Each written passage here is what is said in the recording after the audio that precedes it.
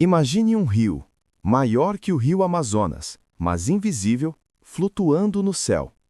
Agora, imagine que esse rio é o responsável por levar chuva para cidades inteiras, inclusive regiões muito distantes da Amazônia. E se esse rio simplesmente parar? Fica até o final, porque o que você vai descobrir pode explicar secas, tempestades e até o futuro do clima no Brasil. Acima da floresta amazônica, mais ou menos a 5.000 metros de altitude, existe um rio que flui todos os dias, em todas as estações, carregando volumes de água que desafiam a imaginação, e ele nunca tocou o chão. Você não pode vê-lo, não pode atravessá-lo de barco, mas ele está lá agora, enquanto você ouve isso, movendo-se sobre nossas cabeças como uma corrente invisível que sustenta a vida de um continente inteiro. Esse fenômeno tem um nome: rios voadores. E o que os torna extraordinários não é apenas a sua existência, é a sua escala. Esses rios aéreos transportam mais água doce do que o próprio rio Amazonas, o maior rio em volume do planeta. Uma comparação que não faz sentido até que você para e pensa. Estamos falando de água no ar, superando em quantidade tudo o que flui pelo maior sistema fluvial da Terra. Mas para entender o que são os rios voadores, é preciso primeiro entender quem os cria. E a resposta vai surpreender você, porque não são as nuvens, não são as tempestades, não é o oceano, são as árvores. Cada árvore da floresta amazônica funciona como uma bomba d'água silenciosa e ininterrupta. Através de um processo chamado transpiração, ela absorve água do solo pelas raízes, transporta essa água por todo o seu interior e a libera, em forma de vapor invisível, pelas folhas. Uma única árvore adulta da Amazônia faz isso na proporção de até 1.000 litros por dia. 1.000 litros, o equivalente a 5 banheiras cheias, evaporando diariamente de uma única planta, de forma invisível, silenciosa e contínua. Agora, multiplique isso. A floresta amazônica abriga aproximadamente 400 bilhões de árvores. Não 4 bilhões, não 40 bilhões. 400 bilhões de bombas d'água operando simultaneamente 24 horas por semana, 7 dias por semana, há milhões de anos.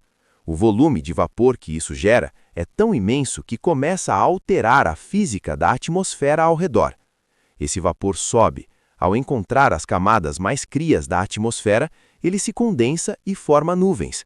E essas nuvens, em vez de ficarem estáticas sobre a floresta, se organizam em correntes aéreas que avançam como rios sobre o continente, transportando umidade por milhares de quilômetros em direção ao sul e ao oeste, regando regiões que jamais seriam úmidas sem esse mecanismo. Isso são os rios voadores, rios feitos de ar, vapor e física atmosférica, construídos e alimentados pelas próprias árvores da floresta. O curioso é que os cientistas que começaram a desvendar esse sistema não eram ecologistas nem meteorologistas, eram físicos, pessoas acostumadas a estudar partículas subatômicas, não florestas tropicais. Foi esse olhar diferente, essa perspectiva de quem mede o invisível, que permitiu a descoberta. Em 1979, o pesquisador brasileiro Enéas Salati realizou um experimento que parecia simples, mas revelou algo que desafiava o entendimento da época. Ele analisou a composição isotópica da chuva que caía na Amazônia, ou seja, a assinatura química das moléculas de água, e descobriu algo perturbador. Boa parte daquela água não havia vindo do Oceano Atlântico, como todo mundo assumia. Ela havia evaporado da própria floresta, subido, formado nuvem, caído como chuva, sido absorvida pelo solo, captada pelas raízes, transpirada pelas folhas, subido novamente e repetido o ciclo. A floresta não recebia chuva passivamente, ela produzia sua própria chuva em um ciclo perpétuo e autossuficiente. Essa descoberta reconfigurou tudo. Significava que a floresta amazônica não era apenas um ecossistema que dependia da chuva para sobreviver. Ela era uma máquina geradora de chuva.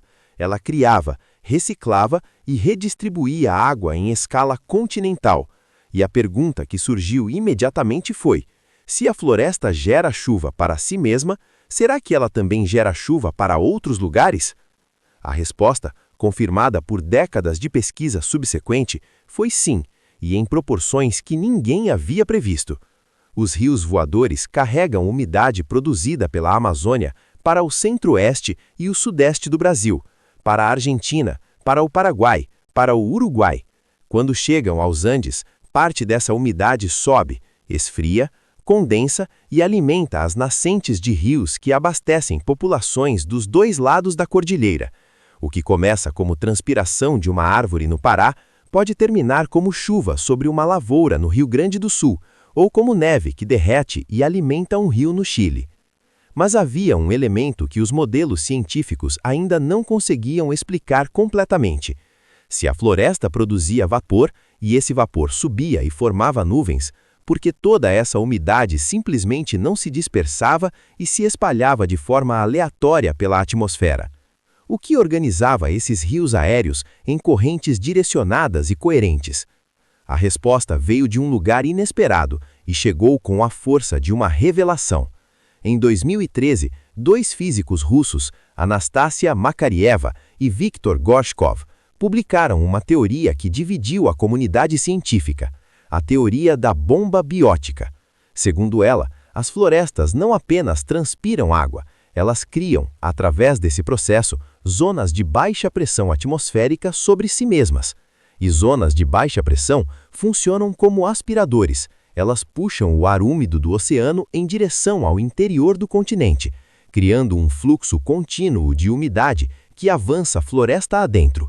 As árvores não eram passageiras dos rios voadores, elas eram as bombas que os criavam e os mantinham em movimento. Essa teoria tinha uma implicação perturbadora.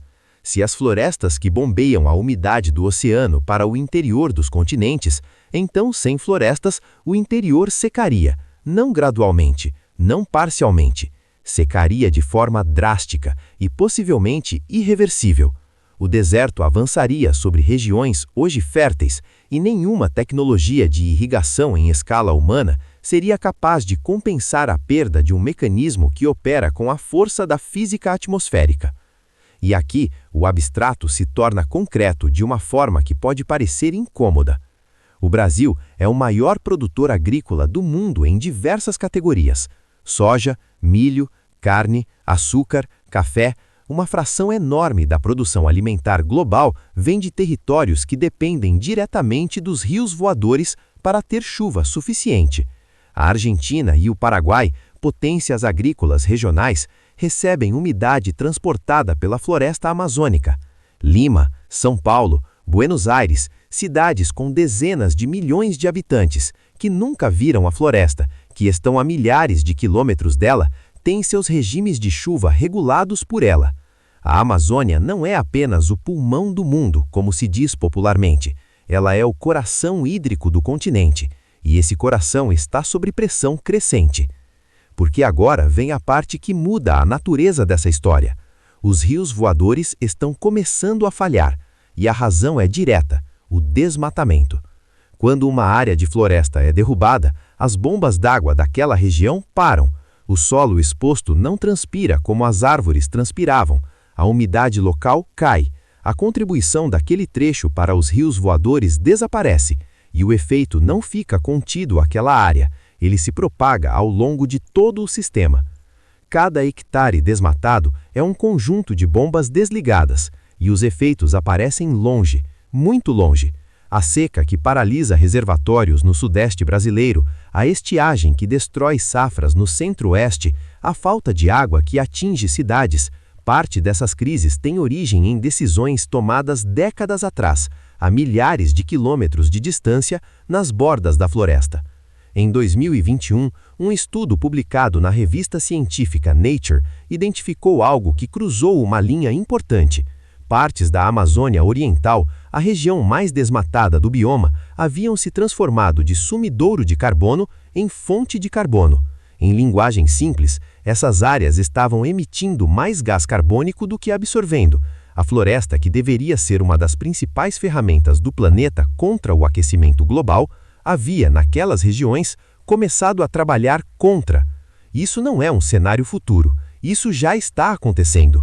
E o que torna esse momento especialmente crítico é a questão do ponto de não retorno, o limiar além do qual o sistema entra em colapso irreversível. Os cientistas chamam esse fenômeno de dieback, um processo em que a floresta, ao perder massa suficiente, deixa de gerar umidade suficiente para se sustentar si mesma e começa a morrer de forma acelerada e autossustentada, sem necessidade de novas derrubadas. A seca que o desmatamento provoca mata mais floresta, que provoca mais seca, que mata mais floresta. Os modelos científicos mais pessimistas sugerem que esse ponto de não retorno pode ser atingido quando entre 20% e 25% da floresta original tiver sido destruído. Se você chegou até aqui e está curtindo esse vídeo, deixe aquele like e se inscreva no canal para mais vídeos desvendando os mistérios da ciência que acontecem todo dia ao nosso redor. Os dados mais recentes indicam que o desmatamento acumulado já superou 17%. A margem entre onde estamos e onde não há volta é possivelmente de apenas alguns pontos percentuais. Se o colapso acontecer, a floresta tropical úmida será substituída progressivamente por savana, um ecossistema muito menos denso, muito menos produtivo em termos hídricos e incapaz de gerar os rios voadores como os conhecemos. A grande máquina climática pararia, e os efeitos se propagariam por décadas, por gerações, por todo o continente.